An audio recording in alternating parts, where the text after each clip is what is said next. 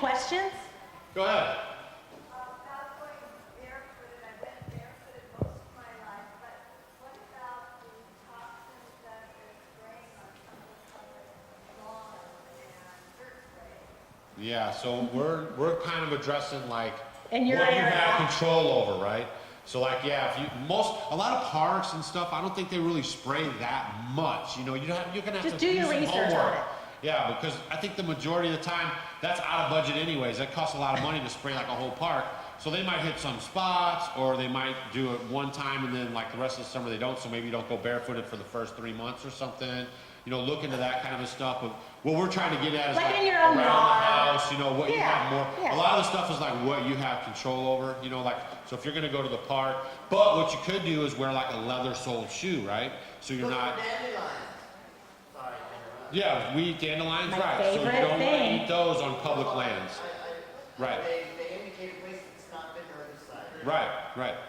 But so what? Try leather shoes and not your like tennis shoes with the rubber and all that to disconnect you when you're Yeah, in and that situation. Yeah, and then he was saying, look for dandelions, because Yeah. dandelions, that'll That's show a good someplace. sign that Yeah. they aren't spraying Thank you, because there thank will you. be dandelions. Yeah, for sure, for That's our PI. He's on it. Go ahead. Would you talk about the difference between exercising in a gym versus movement out in nature? Okay, that's perfect, because Yeah. that's all I ever did. I was the She was exercise the queen. guru. Totally, I did everything, and it was so funny. Remember back in the 80s when they wore that tight stuff and the girls had the headbands on? That's her. She's in the newspaper, remember she's Jamie in Lee a Curtis? aerobic studio. That's Yeah, her. Jamie Lee Curtis, what was that movie called? So, you know, totally, if you could work out outside, I totally changed my whole regimen, Right. and I do everything outside. I go for a walk, maybe I'll do some push-ups, I'll go for a walk, and then maybe I'll do some burpees or whatever. I mean, I'm outside doing everything outside, even in the winter. I work out outside all the time. I cannot even set foot in a gym. Yeah. We were in the hotel, and I just felt so bad, and I needed to move, and I walked down there, and I thought, oh, forget it. So I went across to a building outside by some trees, and I just sat out there, and I stretched, and I felt so much better, because I feel so closed in now. You're gonna get so much more benefit by exercising outside. You cannot imagine, because you can use outside as a gym. There's so much you can do, dips on benches, push-ups, it's so easy. And more to your point, too, is the functionality of functional exercise is superior to curls and bench press and leg lifts, you know, the standard stuff we've been taught, like growing up, you know, like, because I did all that stuff at the gym too, right? But those create a lot of problems, joints, muscles, backs. So what you want to do is the functional exercise where you're like moving, and then that's a far superior workout overall. Where you're using a lot more muscles. Yeah. So like if I'm gonna pick it up, push it over my head, Right. simulate like Right. movement. Right. And we're getting off track a little bit, but No, that was good. yeah. Well, you mentioned that, I had no idea that you could really wash your vitamin D off. Dang! Wow. Nugget! So what about brushing? And you were talking Yeah, about. dry brushing. Okay, yeah, you want me to talk about it? I'll talk about it. Yeah, well, can you dry brush it off? No, because what we're saying is Soap. soap. So. Soap takes it off. So if you were to rinse off with just water, non-chlorinated, but if you rinse off, that's fine, but not to use the soap. And if you did, just to use it on the areas that you need to. Yeah, because you can live your life without ever washing, unless you have oily stuff on you, without washing your body with soap, just like the private areas and under your arms. You'll be fine. And then don't wash your hair every day. Okay? Because your hair could go a long time once you kind of get out of that adjustment period without Right. washing it. Right. Go ahead. You talked about the magnesium Epsom salt. Do you pour that water on your plant? Yep, Yeah. yep. You're just full of good things. Yeah, when you're done with your magnesium, when you soak your feet, I dump it on my plants. Yeah, that's Maybe definitely. like we use a big stainless steel bowl, right, to do it for our feet. So then we would just like pour that all on the plants. Like we'll walk down the road and just kind of pour it out, Yeah. let them all kind of have something, you know. Yep. So basically, we don't waste anything. Like we did a video on the sun ovens, and we made like sweet corn. So we let that soak in there, and then we take that water, and then so like back in the old days, right? We would like soak that stuff and throw it down the sink or something. You know what I mean? So now everything gets reused, recycled, repurposed. That's another thing with your gray water. Yeah. What do you guys? Our gray water pipes out to our tree line, and we use biodegradable soap. And Dr. Bronner's. no toxic nothing going there, and it just goes out there and feeds all of our trees. Yeah, I use my soap for everything. I mean, I really do like the Dr. Bronner's, and I use it for washing dishes. I do it for washing my hands, and I do a lot of dishes because I don't have a dishwasher, and that's another one. If you have a dishwasher, maybe start hand washing your dishes because that's another contributor to being over sterilized because we need to still have a little bit of these microbes. You know, we're sanitizing too much stuff. I got a dishwasher. Me, yeah. So I use the Dr. Bronner's for everything. I pick that, you know, that one soap can do everything. I mean, I can brush my teeth with it if I needed to. Yeah. So Yeah. it works well. Go ahead. Yeah, we do. Yeah. And we wash them in an old wringer washer. Oh, she asked about washing clothes. Yeah, we have a whole wringer washer. Yeah, we air dry all of our clothes. You know, even in the dead of winter, we bring them in, they're like, and then we just put them around the wood cook stove and they'll dry out and they smell so good. Oh, they don't. They smell. Yeah, clothes that are outside in You the cold. can't buy that smell. They try to think you could buy that for Breeze. And all. You cannot buy that smell when it's legit outside on the line. Go ahead, bud. How do you feel about being in a community with the Amish and the local people there? How do we feel about it? About being with the Amish. All right, so first thing, like, because we come straight from the city and then we bought our property and we even had no idea that they were there. So it was like after we were already at our property and I was already doing my thing, I had actually already put the shingles on my roof and everything before we even figured out that they were only like 7 miles away.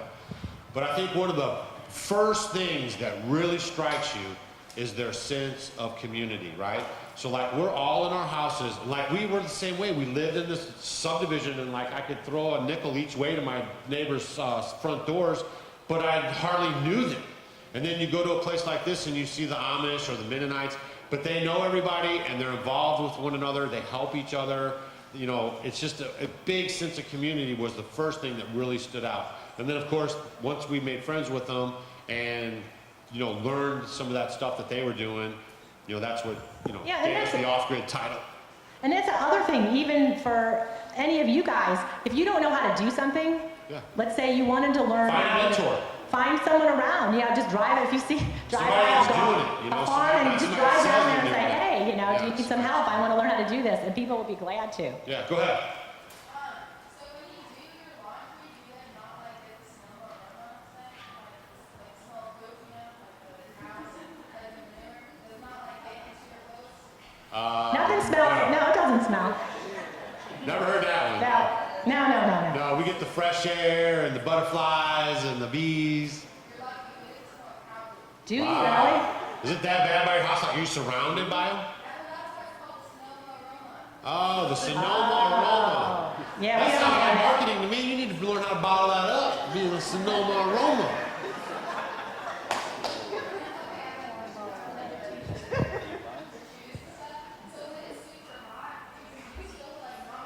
Yeah. The only time, but this is, I mean, we're talking about like around our house, I go barefoot. I mean, Yeah. we, We don't have a lot of concrete, like zero concrete at our house. Like, so we have like gravel driveway and, you know, Grass. rocks around our raised bed stuff. So That's yeah, like fine. if you're like in the city like this kind of a thing, you know, yeah, it's gonna get a little uncomfortable. and I'm not gonna we wear shoes So you would wear around like like a this. leather type of shoes, Yeah. a sandal-y type leather, Birkenstock, something like that. Cork, you know. Hemp. Yeah. Go ahead.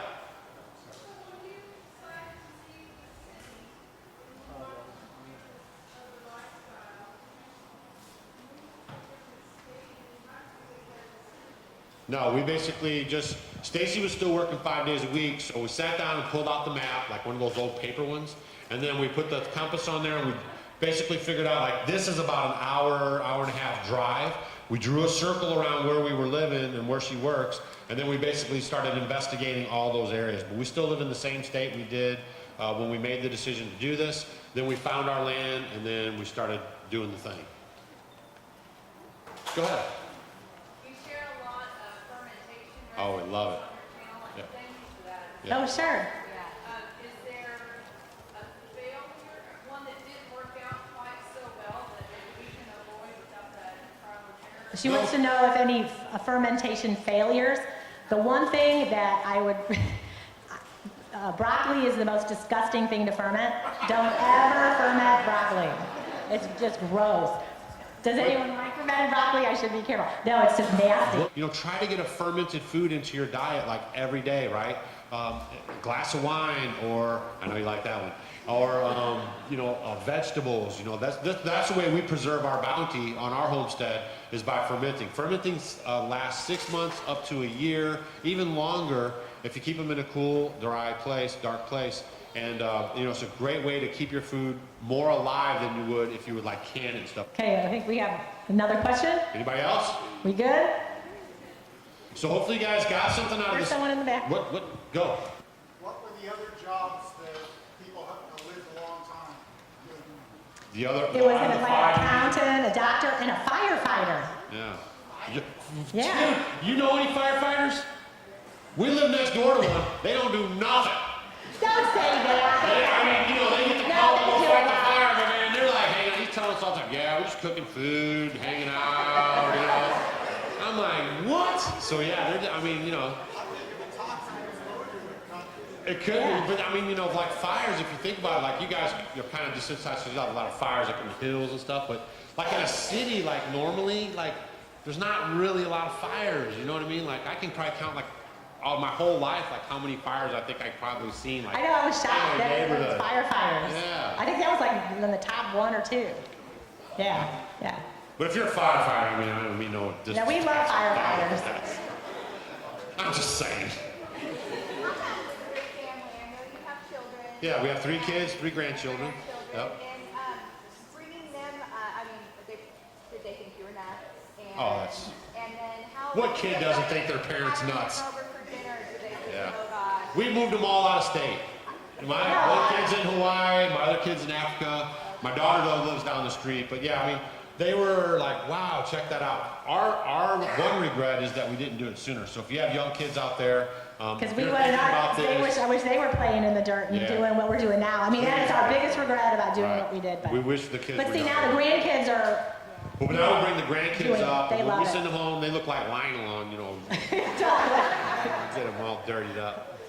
that's right. But she loves it because she just wants them to get that experience and get in the dirt because she's like-minded like we are. But, yeah. All right, anybody else?